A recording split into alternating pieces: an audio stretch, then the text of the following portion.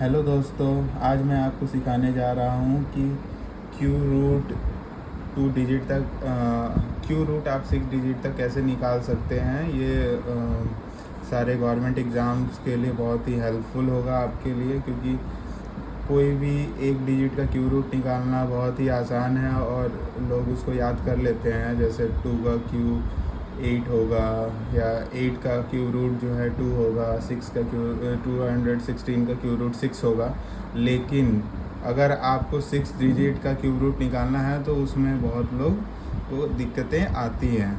और ये सारे गवर्नमेंट एग्ज़ाम जैसे बैंक एग्ज़ाम्स और एसएससी और सारे एग्ज़ाम्स में ये डायरेक्टली पूछा जाता है। और अगर आपको ये चीज़ें नहीं आती हैं तो इसमें आपके 1 मार्क्स आसानी से जा सकते हैं।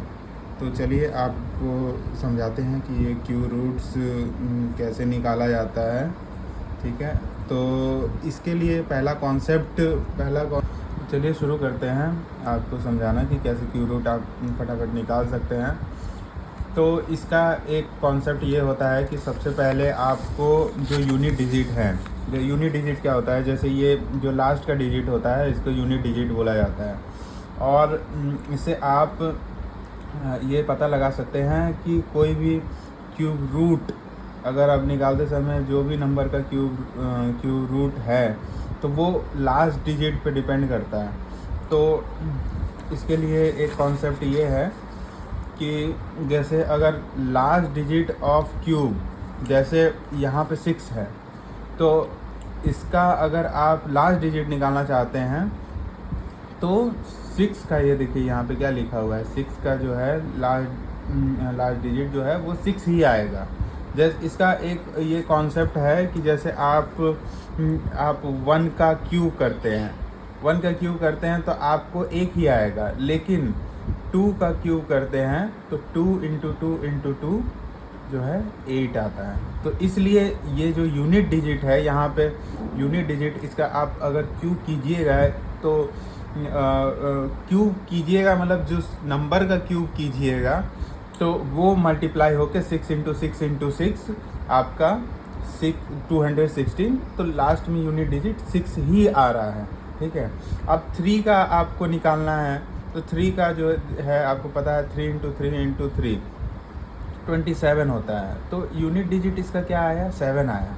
4 का क्या होगा, 4 का अगर हम करेंगे तो इसका 64 आता है, तो यूनिट डिजिट 4, तो 4 का 4, 5 का 125, 5, 6 का 216, 6, 7 का 343 आता है, तो उसमें 3 होगा यूनिट डिजिट। 8 का जो है वो 512 होगा, तो उसका यूनिट डिजिट क्या आ रहा है, 2 आ रहा है। 9 का आप निकालिएगा तो 9 इंटू 9 81, 81 इंटू 9 729, अगर आप 729 लिखिएगा तो उसका यूनिट डिजिट 9 आएगा।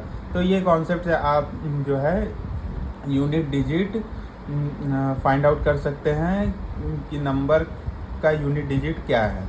ठीक है, तो इस कॉन्सेप्ट से अगर आप ये समझते हैं तो अब चलिए इसको निकालते हैं। इसका पहला कॉन्सेप्ट ये है कि जो भी होता है, जो भी नंबर होता है उसको 2 पार्ट में हम डिवाइड कर लेंगे। 3 डिजिट का, 3 डिजिट का आप डिवाइड कर लिए।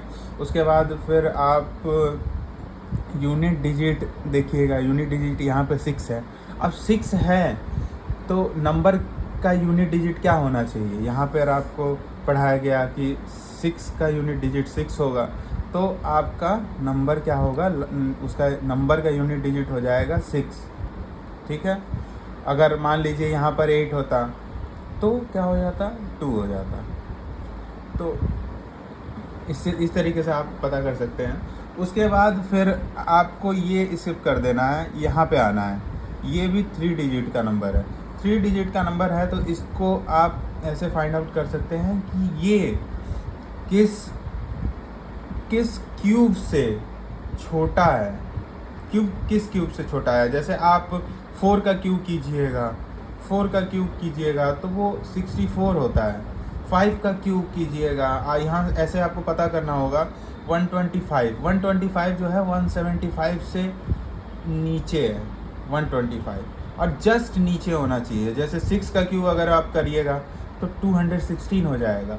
अब ये जो नंबर है 216 ये 175 से बड़ा है, तो इसलिए इसको नहीं लेंगे। तो 175 से जस्ट नीचे क्या होगा, 125 होगा। 125 का क्यूब रूट क्या होगा, 5 होगा। तो ये नंबर ही भी 5 हो जाएगा। तो इस तरीके से आप नंबर फाइंड आउट कर सकते हैं। अब चलिए दूसरा क्वेश्चन आप लगाते हैं फटाफट। देखिए इसमें 3 डिजिट है, ये 3 डिजिट में इसको डिवाइड कर लेंगे पहले नंबर को। अब ये 7 है, 7 का आप देखिए यहाँ पे क्या है, अगर आपको याद नहीं है तो आप इस तरीके से याद कर सकते हैं, बहुत ही हेल्पफुल होगा।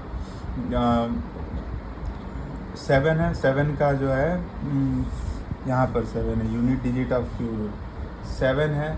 तो 7 का क्या होना चाहिए, क्या होगा, 3 होगा। लास्ट डिजिट ऑफ क्यूब 3 होगा, 3 होगा तभी 3 इंटू 3 इंटू 3 27 होगा। तो यूनिट डिजिट जो है इसका 7 है। तो 7 जो नंबर है उसका क्यूब 3 हो जाएगा। तो यहाँ पे आप यूनिट डिजिट इससे निकाल सकते हैं कि नंबर का यूनिट डिजिट 3 हो जाएगा। अब हम आ जाएंगे इस पोर्शन पे। ये पोर्शन में 389 को हम फाइंड आउट कर सकते हैं कि 389 से जस्ट नीचे क्या होता है। 389 से नीचे जो है होता है, आप 6 का क्यूब कीजिएगा तो 216 होगा, 7 का क्यूब कीजिएगा तो 343 होगा। ये इससे नीचे है, तो ये हो सकता है। लेकिन आप जैसे ही 8 का क्यूब कीजिएगा तो वो 512 हो जाता है। 512 जो नंबर है वो आपका 389 से बड़ा हो जाएगा। हमें बड़ा नंबर नहीं लेना, हमें जस्ट उससे छोटा नंबर लेना है। तो ये फिट हो जाएगा 343 जो है 7 आएगा यहाँ पे, तो 73 आंसर हो जाएगा।